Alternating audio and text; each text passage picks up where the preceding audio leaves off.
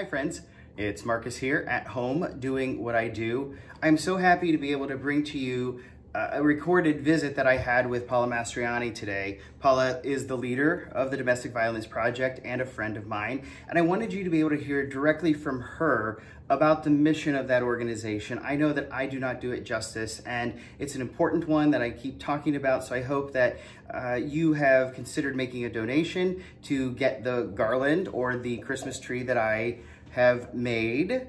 And we are going to be drawing the winner for both of those items next week by the end of the day on the 23rd. So I mentioned before, please donate any money or items that you'd like to be considered for winning one of the prizes, because we're going to cut that off around noon on Wednesday so that they can get all the details in order, and then we'll select a winner, and then I'll post the video to announce the winner on Thursday, which is Christmas Eve. We are at $1,400, you guys, $1,400. Paula and I are thrilled and can't believe it. I just told you 1 week ago, right about now, that Domestic Violence Project was going to be the charity that I was wanting to raise some funds for. So thank you for doing that. Again, donated items, I'm accepting donations at my home this weekend, the 19th and 20th, from about 10 a.m. until 2 p.m. I'll be here all day, so if there's a different time that works better for you, just let me know. But I'm gonna leave my garage open and you can just pull in and drop them off. I'll have a designated spot for you to leave them. Message me if you don't know where I live. Call me if you have my number. My email is associated with both my Facebook, my YouTube channel. So email me and I can give you the logistics. Without further ado, here's my visit with Paula. Hi friends, I am here with Paula Mastroianni, who I consider a friend. I met Paula in 2007 when I started working more in Stark County, and was introduced via a good friend of mine that was affiliated with Goodwill Industries. And so, Paula, it's been quite a while. I can't believe it was that long ago. You must have thought I was a child then. I did, and I consider you a friend too. Thank you, thank you. And look, you get the pleasure of being my first guest, if you will, and incidentally, yeah, you know, it's interesting that we're doing it this way, and I hope that this works out. But in the future, I would love if you were sitting in the seat next to me holding a cup of coffee. That would be awesome, and there will be a day. We'll get over this. I hope so, or Prosecco. That typically happens here. Better. So, I'll be petting the dog. That's right. We're trying to keep him away. I think he hears your voice. So I texted you or called you it's probably not even 2 weeks ago, but maybe 10 days ago. And of course I had an idea. What did you think when you got my message? Well, I was, no hesitation. I was so excited, Marcus, when you called, because, you know, everybody has their hand out right now for money, and we are certainly an organization that needs it. I hate to say that, but we need it bad. And so what a creative way to have some fun at the holidays and raise some money for a good cause. So I was just elated. And frankly, you're kind of setting the pace for other people to be thinking of the same way, that how can we creatively make some money for organizations in need. Yeah, and I'm so glad that you took me up on the offer. And it's no secret, like you said, everyone seems to be struggling, and I too was looking for a way to be able to give my end of year contributions, and I'm not in that position where I typically would. So, you know, it was really just a perfect storm of how can I give back. You recently, and we'll talk just briefly about that, took this job with Domestic Violence Project, and I guess your willingness to entertain me. So I really appreciate that. And while, you know, we're having fun doing it, you certainly work in an area that is serious, and I don't want that to be lost on any of us, and it's certainly not being lost on me. And I recognize that you're new, but what is a big or a common, let's say, misconception about domestic violence or a shelter or the work that you're doing? Thanks, Marcus. First, I'll say that this is my 9th week here, and I tell everybody they're probably sick of hearing it, but it really is kind of like peeling the onion. There's so much information to be had here, and so much history, particularly with domestic violence and how this organization came to be in Stark County, going all the way back to the 3 ladies that we call our founding mothers, who took it upon themselves back years and years and years ago to take the staff up for women who were abused in the home. And they did crazy things like went and rescued women out of their home. Wow. They actually had fights with abusers. They're just courageous women. 2 are still alive. 1 has passed, unfortunately. But I know that they're very proud of what Domestic Violence Project Inc. is today and what they did to start that. If I'm talking about what the biggest misconception is, and it was not mine coming into it, but more and more people that I run into don't realize that there's actually 6 different kinds of domestic violence, that is just not physical.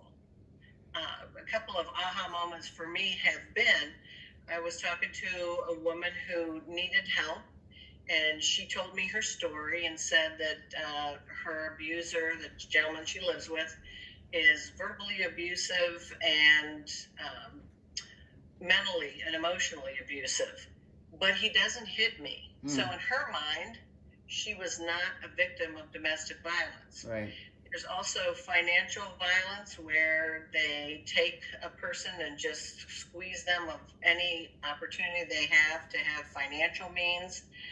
There's stalking, there's date, there's all kinds of other ways that domestic violence, as far as the court system goes, is in place. And so that's probably the biggest aha for me, and I think the biggest misconception is that it's beyond physical. Yeah.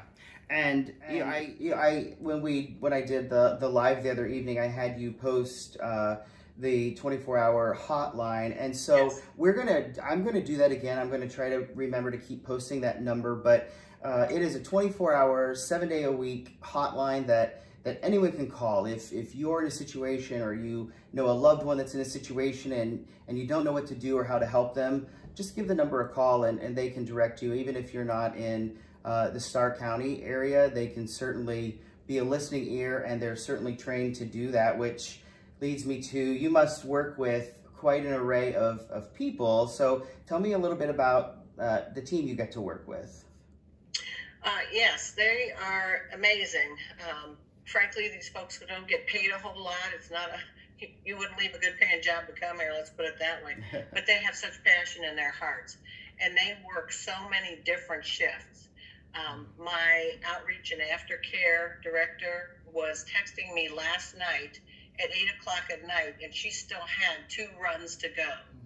And what that means is she was visiting 2 more people in homes. She got a call very late in the late afternoon. Woman was crying, and Tracy was going over to see that person and see what we could do for that person. So we're on call 24/7, 365. I'm not a counselor. I don't do that kind of work necessarily, but I see it being done. And oftentimes I'm pulled in because there's decisions that have to be made. But this is a team that just steps up and does what they need to do to get the job done and help people. The other thing that's just so amazing to me is everything is around servicing our clients, up until the point where they give of their own personal means to help the client. I don't know how many times people have told me that they've purchased certain things, they've purchased bus passes or purchased food vouchers on their own. I kind of hate it when they do that, frankly, because they should not have to be in that situation to provide that. But they do it with love in their heart and passion about what we do every day. So I just got a donation in today of about $250 from a family that I don't want to disclose, but they recognize the hard work that our staff does. And they said, use this to do something nice for them whenever you want. I thought, wow, how nice is that somebody realizes that there are real people down here doing that kind of work, and that they need to be rewarded as well. Yeah. So just love them. I honestly can't imagine the work that you are leading, and I know your passion, I know your heart, so I know you're cut out for that, and all of the team that do that every day. And so it really was the right choice, and I hope that all of you that have been following along see that as well. And aside from, again, the garland and the tree that I put together, a minimum donation of $20 to win that, but that $20, I'm sure makes a big impact. And